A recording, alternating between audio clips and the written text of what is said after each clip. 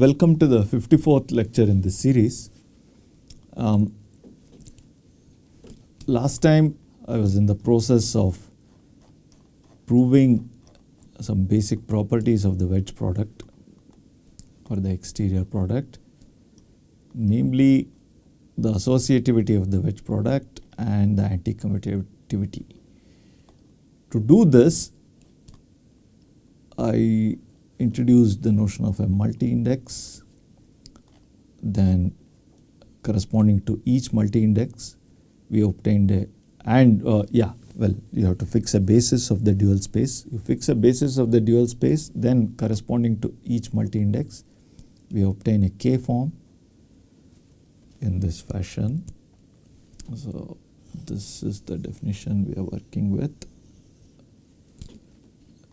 and then we also introduced this new notation, the Kronecker delta symbol, where for multi indices. So I have two multi indices, I and j, and then I define this one, delta ij. Then I said that this number delta ij is actually just given by the sign of sigma if neither of them I or j have repeated indices, and if j equal to I sigma, otherwise it's 0. So, and let's quickly see why this is the case. As I was saying last time, this can be seen just by using the definition of the determinant, and one just has to expand it. Well,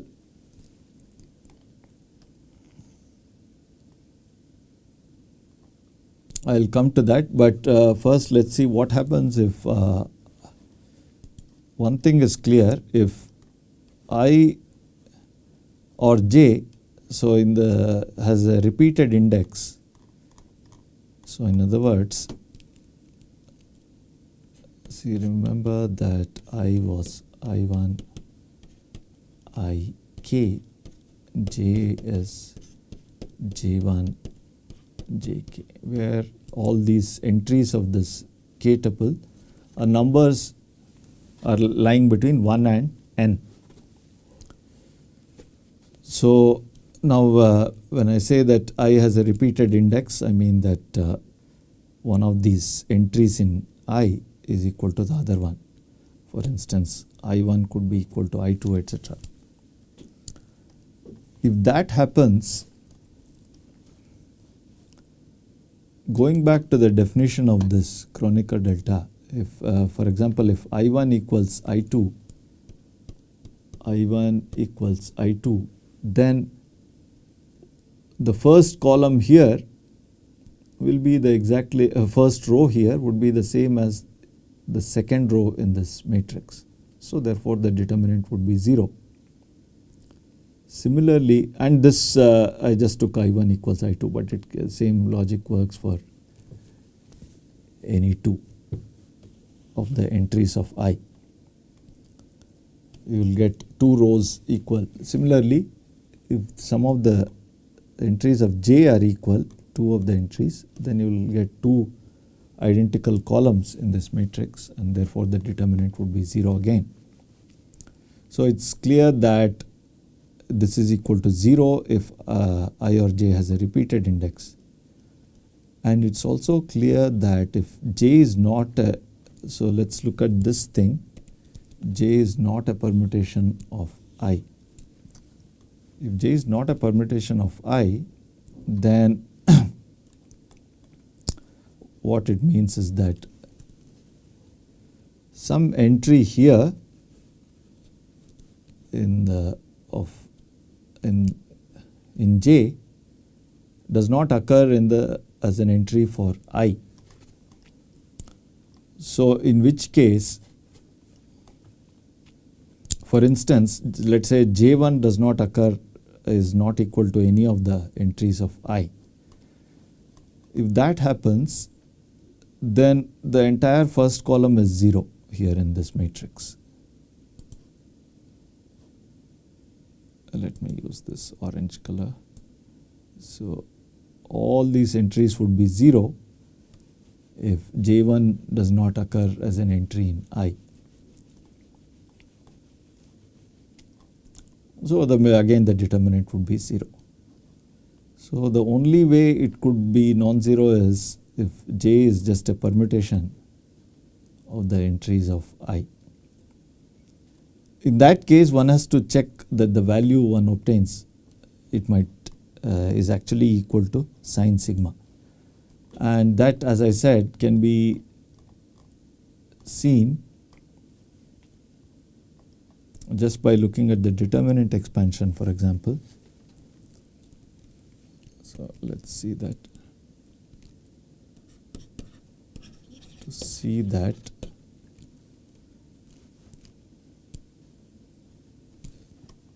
delta ij equal to sine sigma if j equal to I sigma,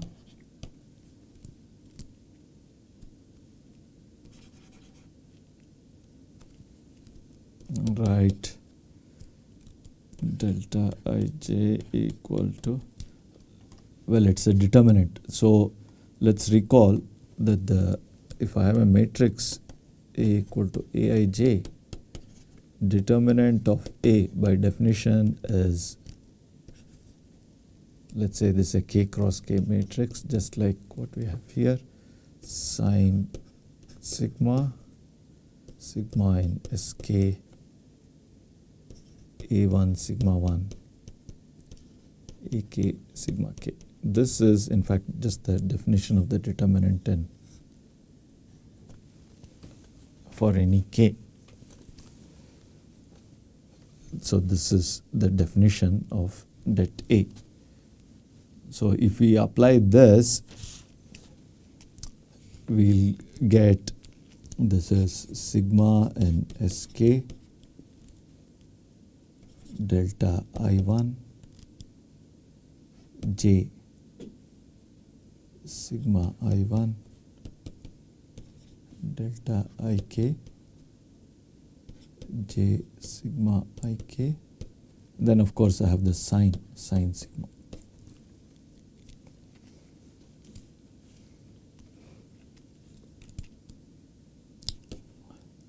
So and then the only way or any term, it has k factorial terms in this summation, the only way any term will be non-zero is all of these deltas should be 1.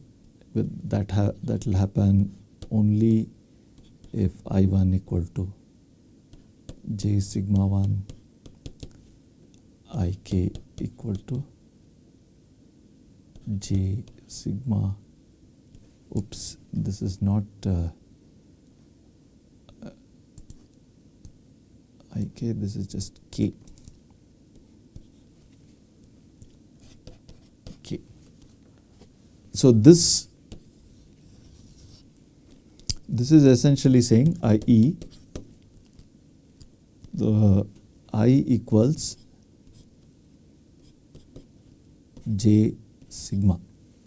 So I just started with the index set given multi-index j and then acted on by sigma. So the only term which will survive is the one given by I equal to j sigma.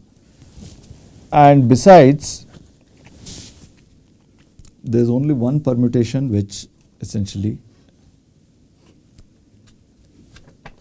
does this job. And this can happen only for one permutation.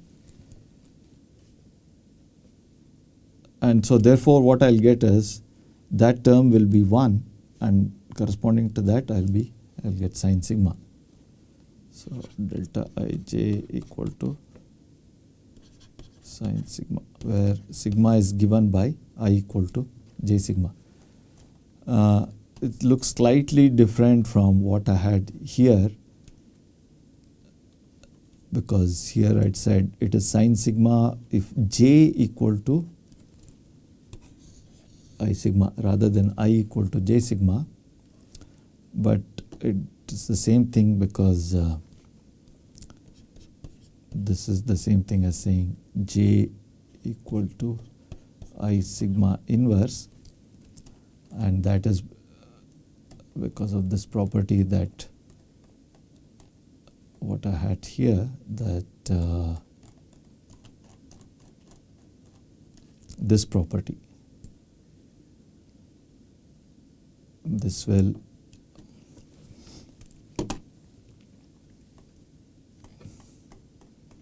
because of this, to say that I equal to J sigma is the same as saying that J equal to I sigma inverse. That property and the fact that the identity doesn't do anything, identity permutation doesn't change anything. So J equal to I sigma inverse, and sine of sigma inverse is the same as sine of sigma.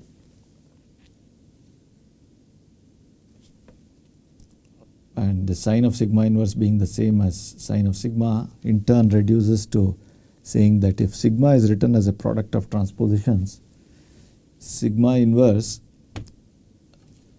will be, we can obtain a transposition decomposition of sigma inverse using a transposition decomposition of sigma, and noting that the inverse of a transposition is itself. So all these facts can be discussed in the tutorial. I won't have time to go into details at through all the steps, so try to cover as much as I can. Right, so I get this. Okay, write this, and then the main point here is this one. Not quite this. The main point is this. Whether you write I equal to J sigma or J equal to I sigma inverse, anyway you will get the same thing. So it is this. Now with these preliminaries in hand, let's move on to differential forms. Well, yeah, now we'll move on to back to, so far we had been just talking about multi-indices in this part 3.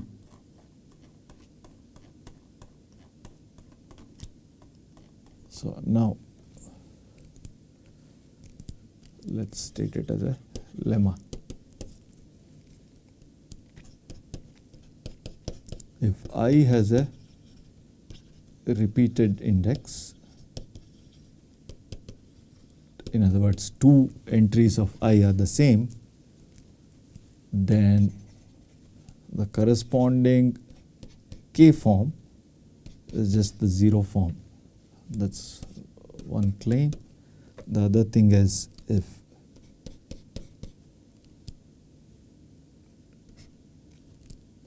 I equal to J sigma for some J in sigma in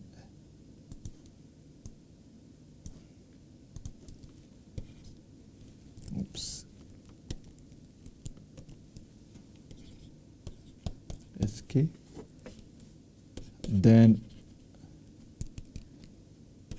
the K forms associated to I and J are related by this equation. Epsilon I equals sine sigma epsilon J. The third thing is epsilon I acting on Ej1, etc.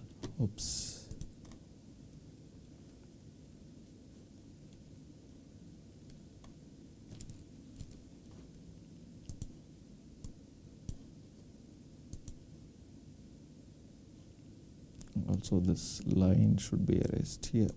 Okay. So fine.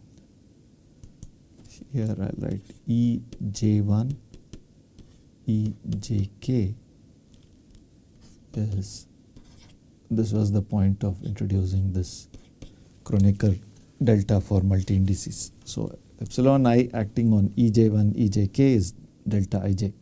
where of course j is the same j1, j2, jk which occur inside this brackets here. So let's see why this is the case. Proof.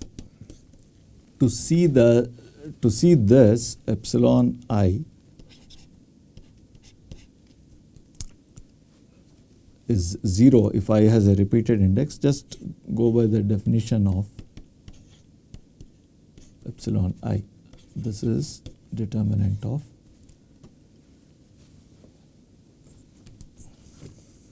omega I1 V1 omega IK VK etc. omega I1 VK. Oops, this is not VK here, this is still V1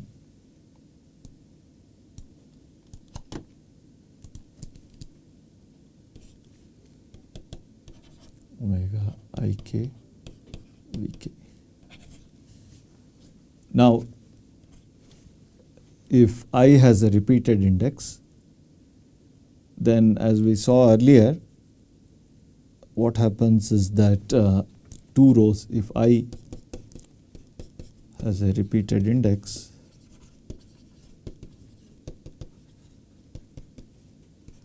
two rows of the matrix,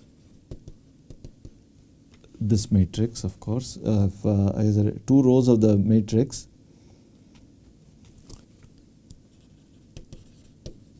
will be the same,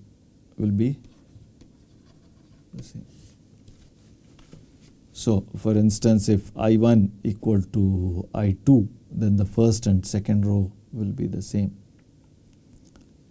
So then the determinant will be 0. And this is independent of what the VI's are. For any V1, V2, Vk, this is true. For any V1, V2, Vk in V. So therefore, that proves, that takes care of 1. Now the second one,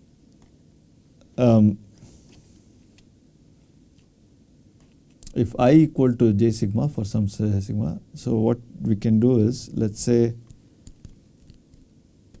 if sigma is a transposition,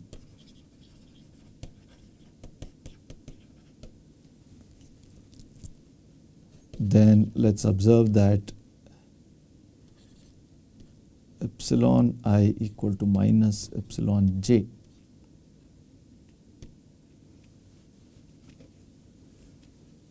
And why is that?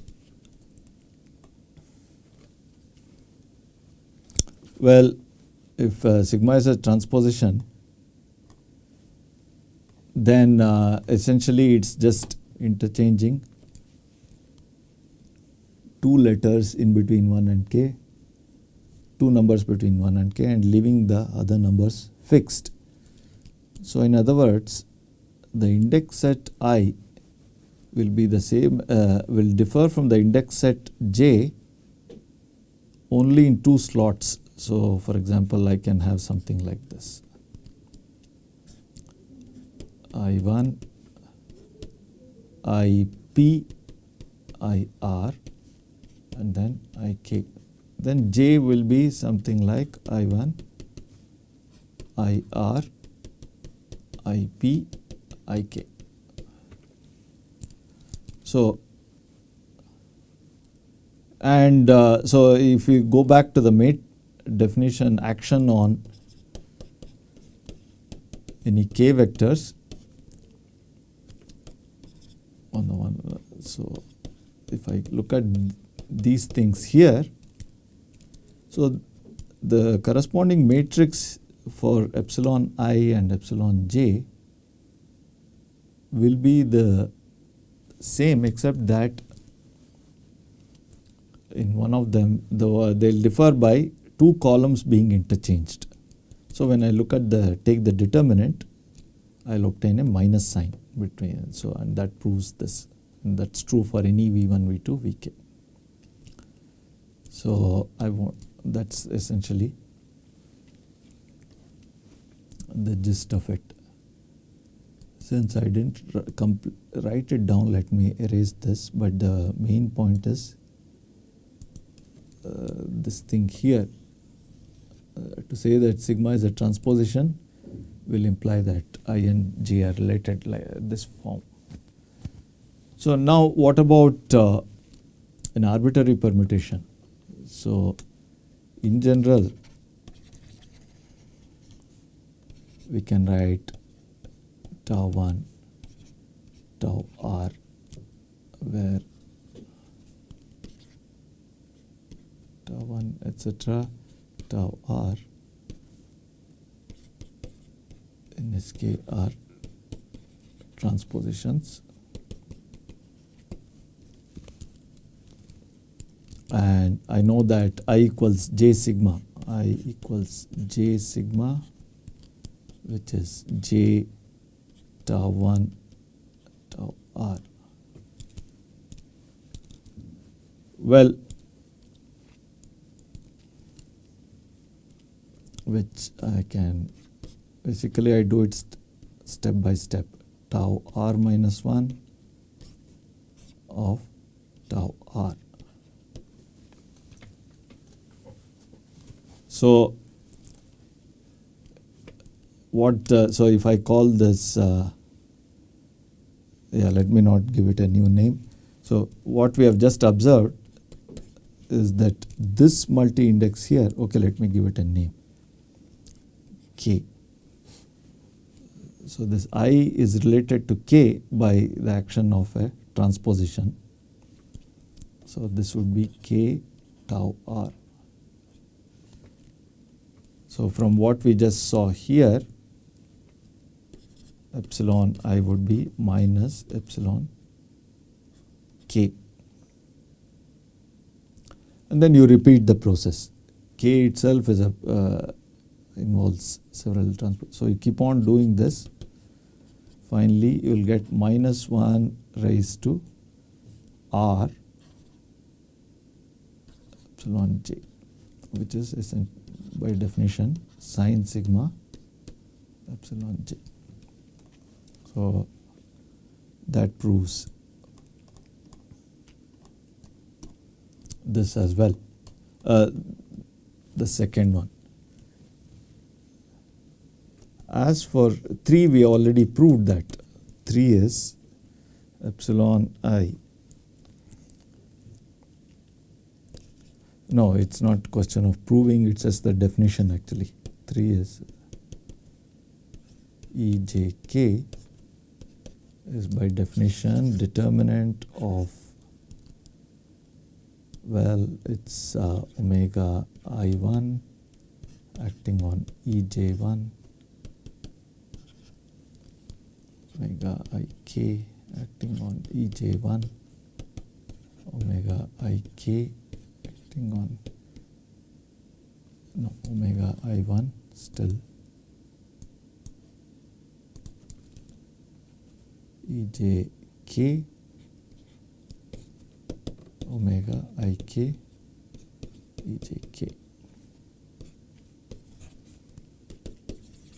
And since these are dual bases, this is 1 if I, for example, the first entry is 1 if I1 equal to J1, etc. So you can summarize it by just writing it like this. So J1 I1 delta J1 Ik delta Jk I1 delta Jk Ik. And this is what we by definition is the same as delta Ij. Delta Ij. Ij. Maybe I should have it doesn't matter, the delta is anyway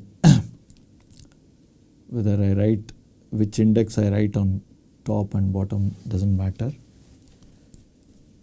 So I'll leave it like this. So I have this all it. So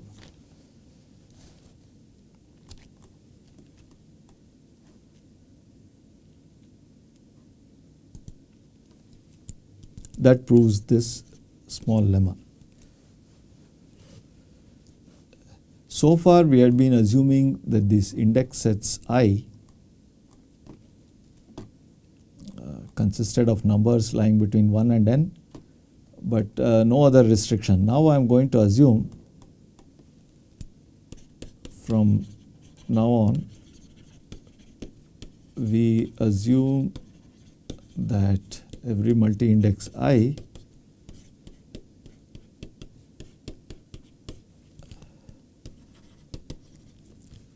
with I1 they've been ordered like this: I1 less than I2 less than Ik, strictly less than. So there are two things being said here. First is that they are written in an increasing order and strictly increasing.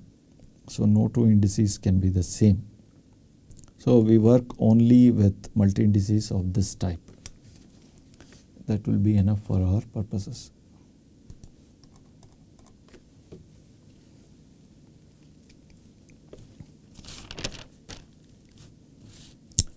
Okay, now we come to the first main application of all these constructions. So let's write it as a theorem. A basis for AKB.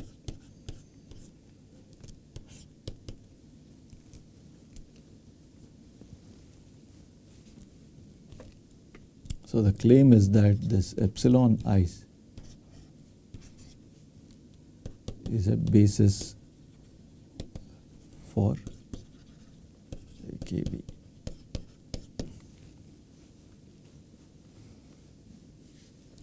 In particular,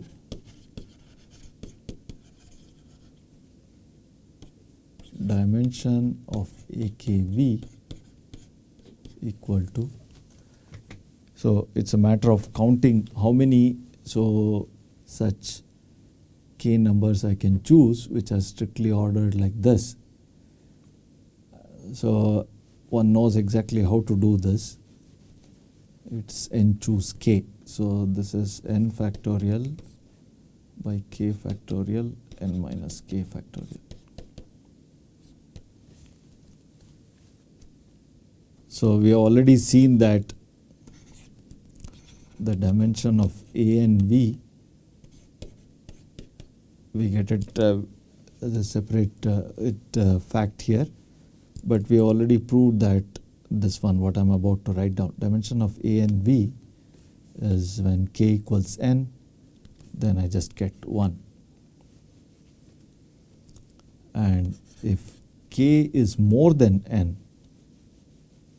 well, this formula doesn't make sense, but we know that if k is more than n, then AKV is 0.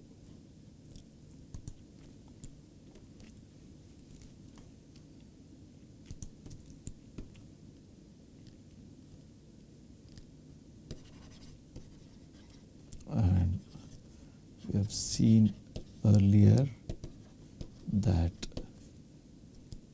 AKV just consists of the 0 form if k is greater than or equal to n plus 1.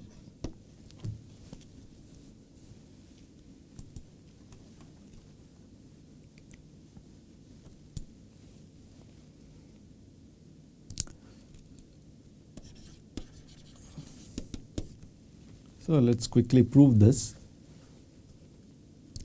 So let's take let alpha belong to AKV. So we are proving the spanning property of this set of k forms.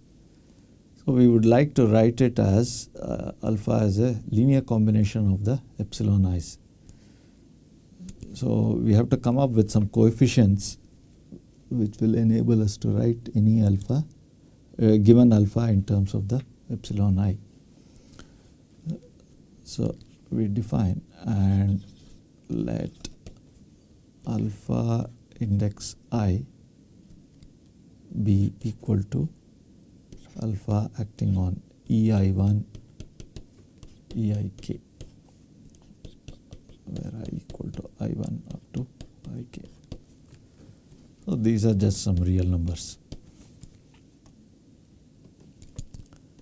Then with these coefficients, then the claim is that I can write alpha as summation alpha I and then this epsilon I over all I. Of course, when I say over all I, remember that we are working with this restriction. So I'll stop here. In my next lecture, I'll complete the proof of the spanning property and then also show that they are linearly independent.